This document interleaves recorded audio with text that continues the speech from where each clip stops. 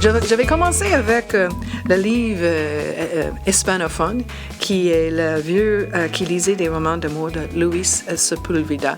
Activiste, écologiste, très intéressé par les problèmes de la population indigène dans l'Amazonie. Un tout petit roman avec un langage très poétique. Le vieux qui lisait des romans d'amour, c'est une espèce de, pas un ermite, mais en tout cas quelqu'un qui fait parvenir par des commerçants qui va de village en village, chaque 6 mois, un gros roman d'amour. Parce que c'est une façon d'échapper, de fuir tous les problèmes de l'Amazonie. Et on a en arrière-plan des petits villages, des indigènes, qui essaient de continuer leur propre façon de vivre dans cette région qui était extraordinaire. Et aussi les gens qui viennent pour faire l'exploitation minière. C'est un livre qui se lit facilement, mais aussi qui a une résonance qui était beaucoup plus loin que de simples histoires.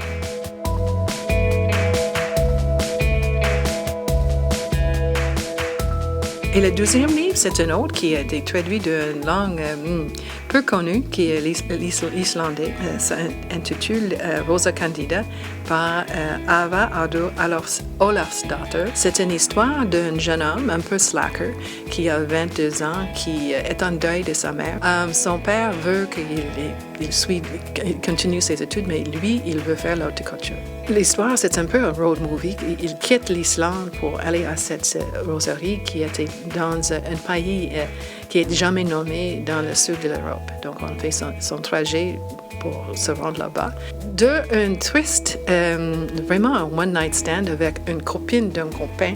Il a fait une petite fille qui a, quand le livre commence, 5 ou 6 mois. Mais en relation avec la mère qui était copain-copine, pas plus que ça.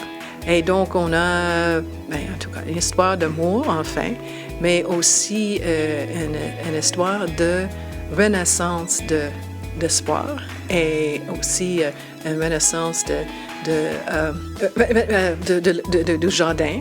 Ça vaut la peine de la lire au moins 2 ou 3 fois parce qu'il y a un symbolisme très riche. Et en tout cas, ça vaut la peine de le lire. C'est vraiment amusant.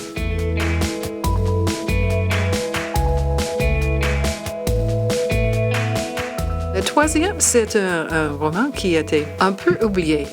C'est Dobrid de Anne Charney, qui est une Montréalaise d'origine polonaise et aussi a passé une longue période dans une grange cachée avec sa mère et 11 autres personnes dans un petit village de Pologne pendant la Deuxième Guerre mondiale. Effectivement, la première phrase du roman, c'est quelque chose comme quand j'avais 5 ans, j'avais passé la moitié de ma vie en cachette.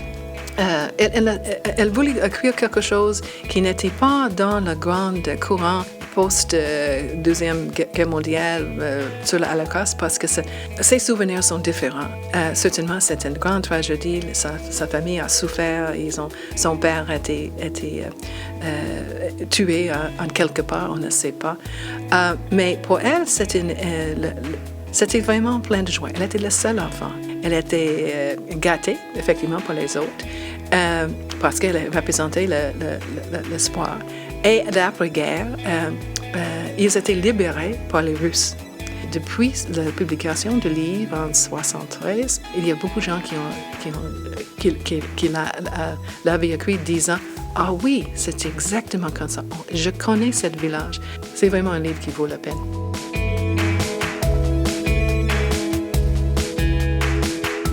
OK, le quatrième, c'est Le Père et le Fracas de Alistair MacLeod, qui était originaire de Cap-Breton. Le narrateur, c'est le cadet d'une famille qui était arrivée en Nouvelle-Écosse, en Cap-Breton, vers la fin du 18e siècle, dans une grande migration des catholiques écossaises qui étaient chassés de leur terre. Et c'est très touchant et c'est assez intéressant parce que c'est très bien écrit, mais aussi Il faut dire que la traduction française a été lancée ici à Montréal il y a quelques années. C'était organisé par la Société de Saint-Jean-Baptiste. Les dirigeants de la société à ce moment ont vu des corrélations entre l'histoire de l'Écosse et les francophones en Amérique du Nord. Donc, c'est une bonne histoire et je pense qu'il va y avoir beaucoup de résonance pour les gens d'ici.